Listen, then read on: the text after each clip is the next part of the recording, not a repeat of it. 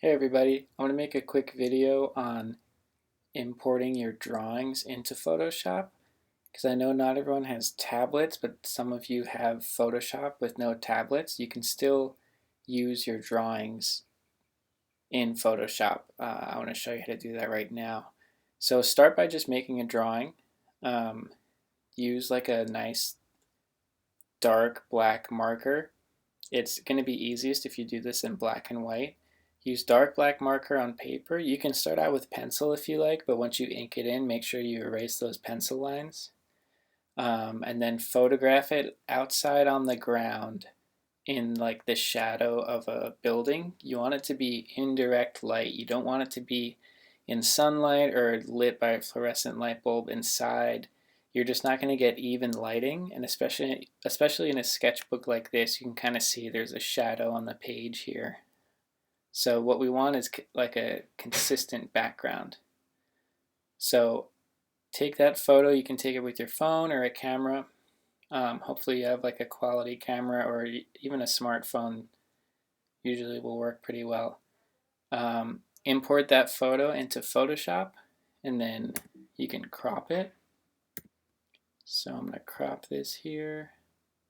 And I'm going to crop it so it's only the paper and my drawing. This is a drawing of my dog as a human smelling coffee. Okay, so I'm cropped. There's no outside edges of the sketchbook or anything like that. It's just paper and the black ink. Again, just use like a black marker. That's going to be the easiest because it's going to give you the most contrast. You can always change the colors later.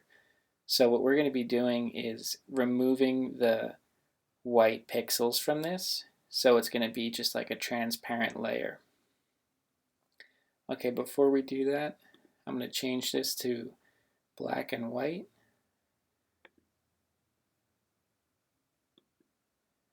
Okay, and now I'm going to go to levels, and I'm just going to boost the contrast a little bit. So another way to do this, before I do that, I'll show you. You can also go to brightness and contrast. So that'll brighten the page a lot and push the contrast. There's different ways to do this. You want to be careful that you don't get too overexposed or you don't get too grainy in the dark shadows here. So let's try that with levels now. So with levels, there's these three arrows here. We have darks, midtones, and lights. The lights are way over here, which means I can get way brighter. So I'm going to bring this over and brighten the background quite a bit. Now if I go too far, again, I'm going to get overexposed. So you can kind of see this spike here on this little graph. That kind of shows where all of my colors are, where all my pixels are at as far as darks and lights. I'm going to try not to go past there with my lights. I'm going to go right up to the edge, and then I'm going to hit enter. And I'm going to do the same thing for the darks. You can see the darks getting darker here. There's more contrast. So you'll notice that, here, I'm going to undo twice. You'll notice that I didn't do both at the same time.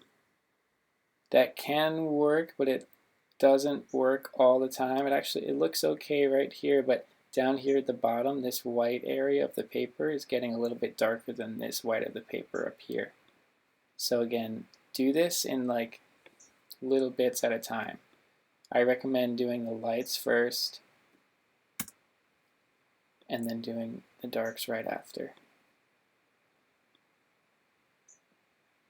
So what we're going for here is a clear, like high contrast difference between black versus white. So it's easy for Photoshop to know which one we're going to remove the pixels from. We're going to keep these black pixels and delete the white ones. So now that we've got this higher contrast image, let's zoom out just to kind of see. It's still a little bit darker on this side, but I think we're going to be okay.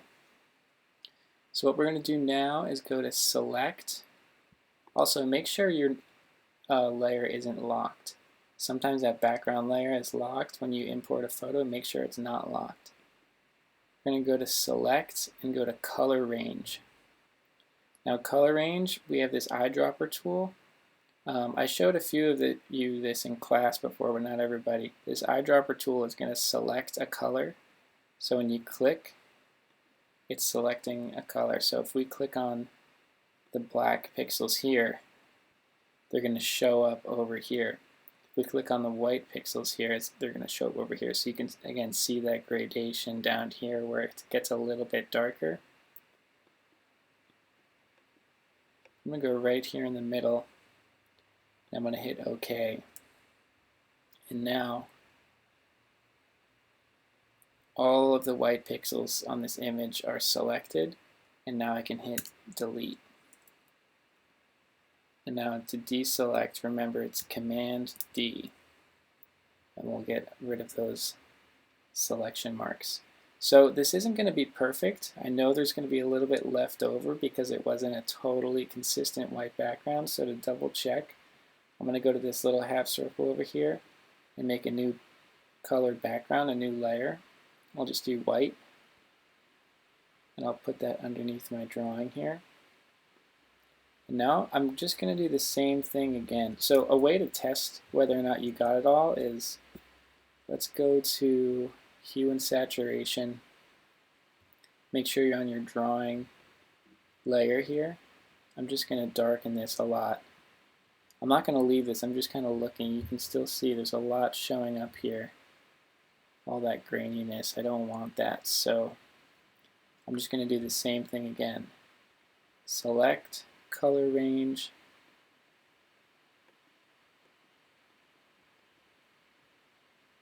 and I'll hit OK.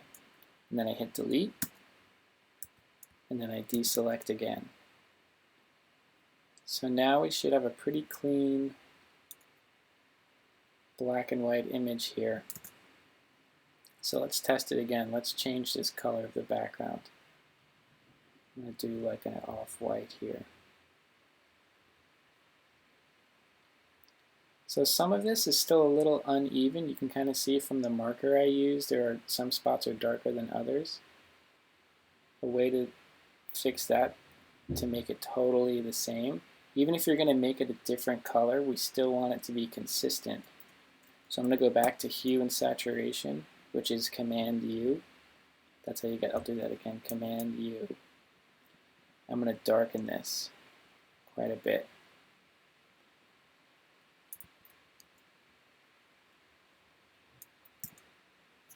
And now we're free to do whatever we want to this. So I'll hit Command T, shrink this down. And what's nice is now we can kind of do whatever we need to do underneath this layer, and it'll be on its own layer. Actually, I just noticed you can see down in this corner right here, there's still a little bit of that leftover paper tone. So I'm going to go do that color range one more time. Delete and then deselect. Okay, should be gone. But again, now I can kind of go in between and do whatever I need to do without a tablet. I can still fill in different colors here, and it'll be separate.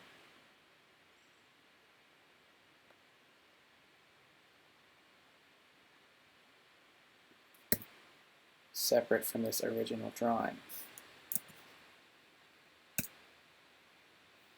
So it's just an easy way to get your artwork into here that has a hand-drawn feel without having a tablet, because I know it's really hard to draw without a tablet on the computer. You can kind of bypass that by just drawing on your own and then importing it from there.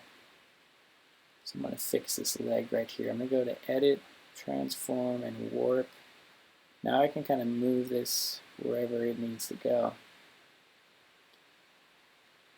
I just want to get this one line here though that I'm not crazy about. So I'm going to undo that. I'm just going to select this area and just tweak it a tiny bit right there.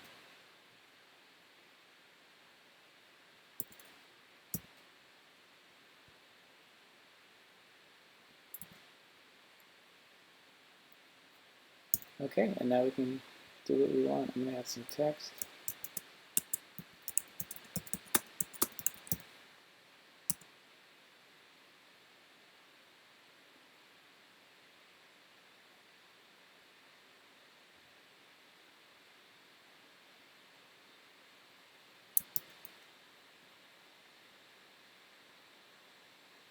So this could be useful for your album cover or whatever it is that you're going to be doing.